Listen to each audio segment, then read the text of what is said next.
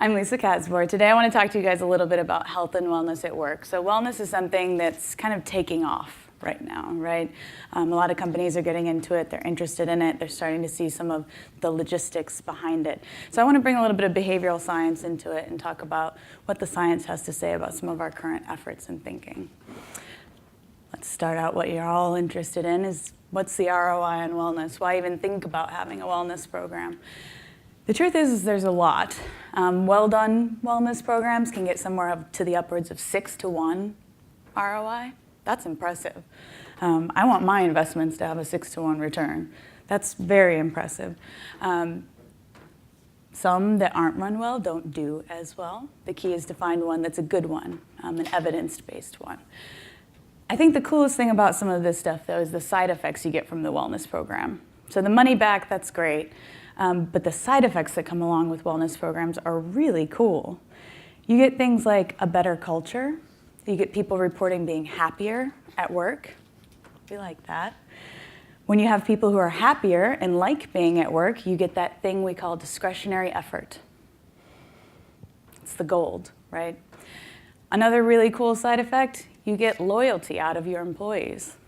They want to stay with a company where they're getting wellness benefits.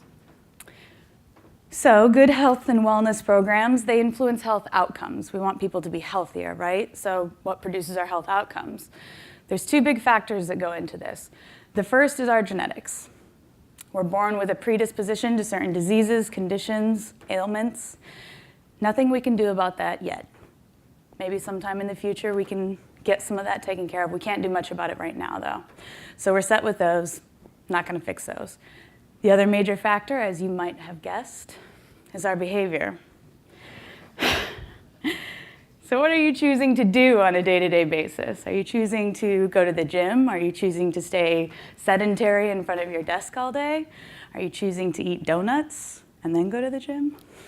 Pretend like it evens itself out?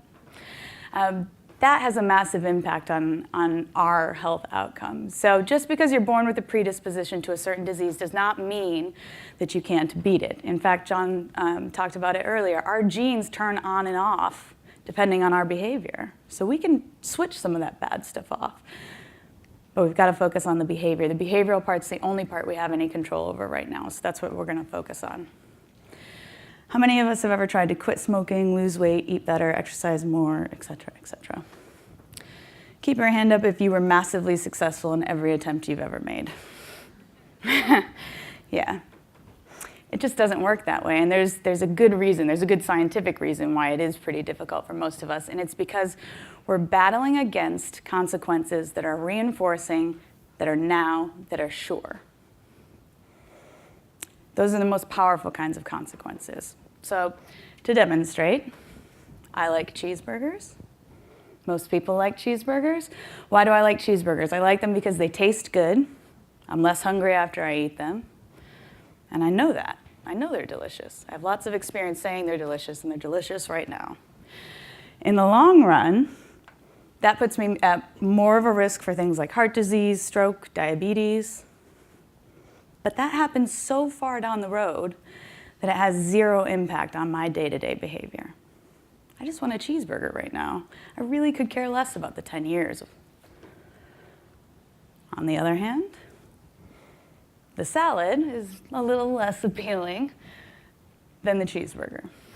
It's less satisfying, less delicious. But 10 years from now, I could be healthier, slimmer, fitter, less at risk for all sorts of things. Again, the right now consequence isn't good enough to motivate my behavior. I'd still rather have a cheeseburger. So the critical thing is, how do you make the healthy choices the more reinforcing ones, the easier ones? First step is we need to realize that antecedents don't work. How many of you are familiar with the DARE initiative? Most of us, okay. So it was an initiative that they did in public schools. They taught kids about drugs and alcohol in an effort to keep them from using them in the future. Just say no. The data says it was massively ineffective. There's basically zero effect from the DARE initiatives. And behavioral science would say, yeah, that makes sense. Antecedents don't drive behavior. Education doesn't drive behavior. If we all had to lose 10 pounds 2 weeks from now, we would all know the appropriate behaviors to get there. We know how to lose weight. We know more about what causes health disorders and diseases than we ever have before. We know it. That doesn't mean we're going to do it, though. We also need to realize that those natural consequences are not motivating enough. So I've seen a lot of initiatives that say, well, they'll continue to participate because they're going to feel better, they're going to look better, they're going to lose weight, they're going to have more exercise, they're going to feel great, they're going to have all this confidence, they're going to come bursting through the door at 6 a.m. They're going to love it. The problem is, those are all great consequences, and I hope they experience those. But the truth is, again, they're way too far removed from the actual health behavior. That's not going to get someone to go to the gym. If every time I went to the gym, I popped out 10 pounds lighter and just bursting full of energy, I would be there more often. And then I'd eat cheeseburgers and go back. Natural consequences just don't work for motivating behavior over the long term.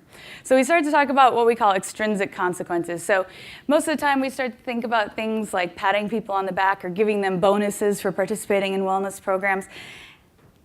I'm not saying you have to pay people to participate.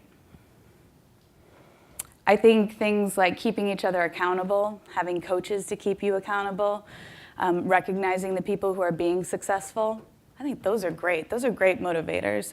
The biggest motivation for me to keep on track with something is having a friend or my husband keeping track of whether or not I'm hitting my goals. It provides a very immediate consequence for me. So I may not be 10 pounds lighter after I go to the gym, but my husband says, great job. All right. Or I get hounded for not going. Works both ways. We also have to realize that we need to give consequences for behaviors and not results. We see this in safety a lot. We talk about leading and lagging measures.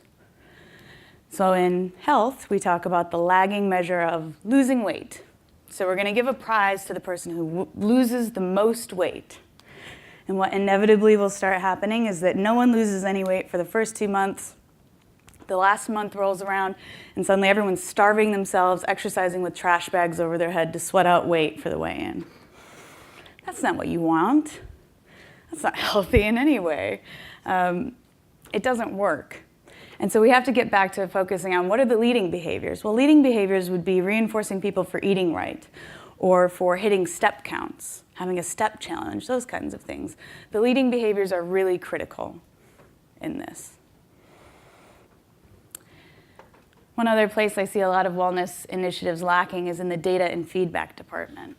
So there are a lot of wellness initiatives that, since they're easy to implement, we toss them out there, we give some education, they feel good, it feels like we're doing something in terms of health.